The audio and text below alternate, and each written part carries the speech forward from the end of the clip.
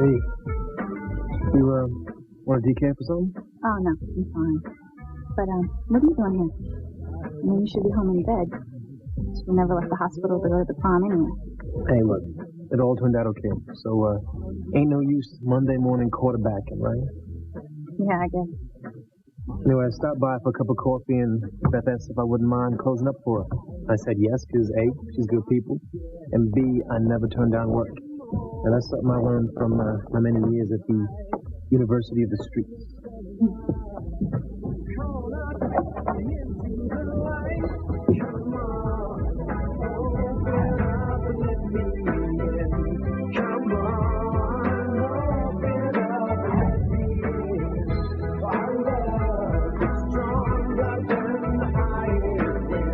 Hey, don't worry. It's all gonna work out. What?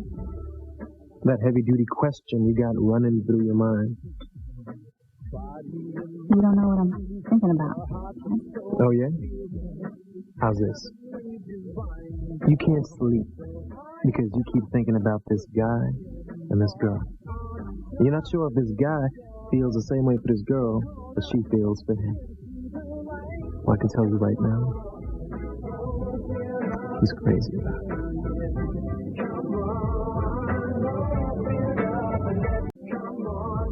Are you sure?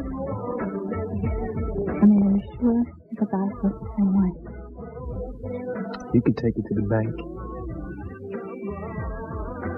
How do you know? Well, you never noticed? When they're in the same room together, the temperature goes up 100 degrees.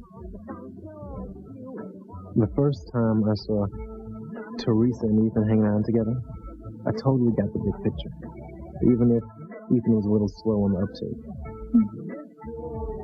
Right, yeah, right. Teresa and Ethan. That's what you were thinking about, right? Well, yeah, of course. And who else would I? Who else? Wait a minute. You thought I was talking about you and me? Then... No. Oh, come on. Now, Whitney, we both know you're the world's most terrible liar. Okay, when I said that guy returned the girl's feelings, you were happy for a second. And you thought I meant us. You thought I was talking about us, didn't you? You don't know what you're talking about. No? Well, before you seem to have an awful lot of negative things to say about Teresa admitting how she feels to Ethan. Well, that's because it's bound to end in disaster. You know what I think? I think bottling up your emotions for so long that you start to question whether you've even got any.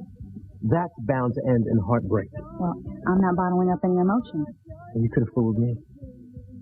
You know, I think you came in here tonight because you had an idea that confined me. Well, that's just ridiculous. I came here to maybe see if I could find Teresa. She went to talk to Ethan again about asking him whether he loves her as much as she loves him. And I'm worried about what he said to her. What if he told her that he loves her? Well, that's never going to happen, so we don't have to worry about that. Now, you see, that's always a place where you and me part ways. Because I'm so counting on my man Ethan to get his act together and realize that the woman he wants to spend the next 50 years of his life with is Teresa, not Gwen. Now, if he can come clean about where his heart is really at, then maybe there's still hope for you, too.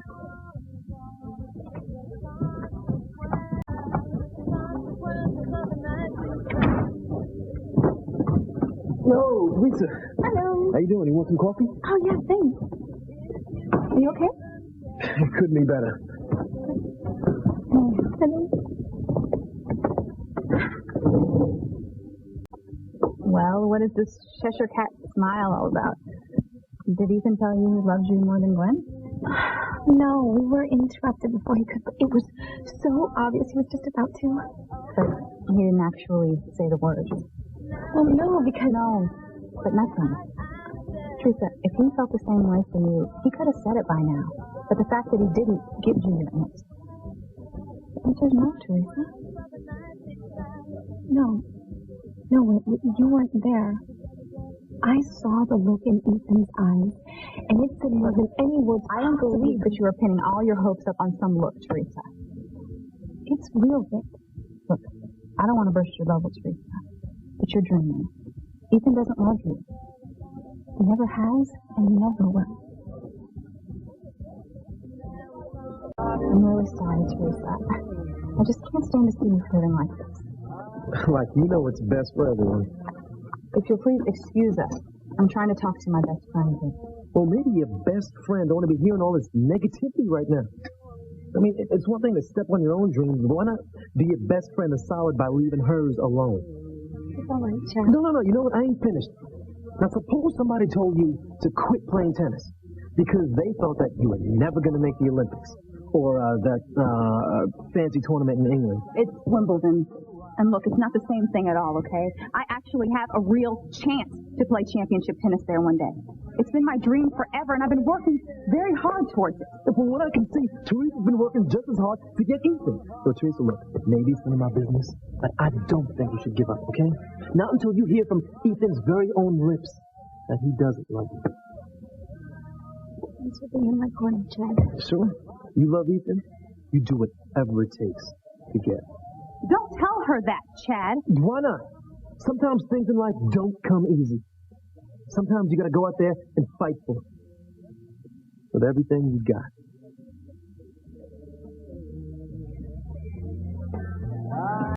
I can't believe you're telling Teresa that anything goes when it comes to love. Well, what about telling lies? People get hurt when you tell lies, don't they? Well, look, I draw the line at sticking knives in people's backs, okay? But yo, a white lie here and there, sometimes you've got no choice. You know what? You are unbelievable. Do you know that? No, you are awfully self-righteous about the truth when you can't even be honest with your own self. I don't know what that means. Like I said, you want to win, you got to play the game by the same rules as your opponent. You keep talking about love like it's some sort of game. No wonder some people don't have a whole lot of trust in their relationships. Some people? Well, it certainly doesn't inspire a whole lot of faith when certain people make it sound like love is all about deception. Whoa, don't go putting words in my mouth, okay? Look, love is about being real. About being on the up and up with yourself and everybody else. Okay, look, sometimes some people need a little nudge or a little push to show another person how to feel. And then there's some other people who are so bullheaded and so stuck on being right and safe that they would know the truth if it came up to them and smacked them in the face. Are the two of you going at it about Ethan and me, or the two of you?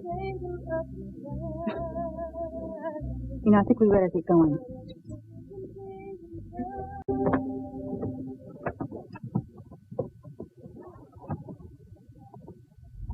Teresa, where are you going?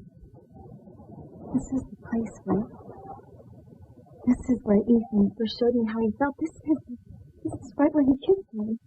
Teresa, you are living in a dream. So if I'm dreaming, it's coming true. I mean, it's like you're with tennis. Being with Ethan is all I've ever wanted and worked for as long as I can remember. You know what? I don't care what Chad says. There is a big difference between you trying to get Ethan to fall in love with you and me being a tennis pro.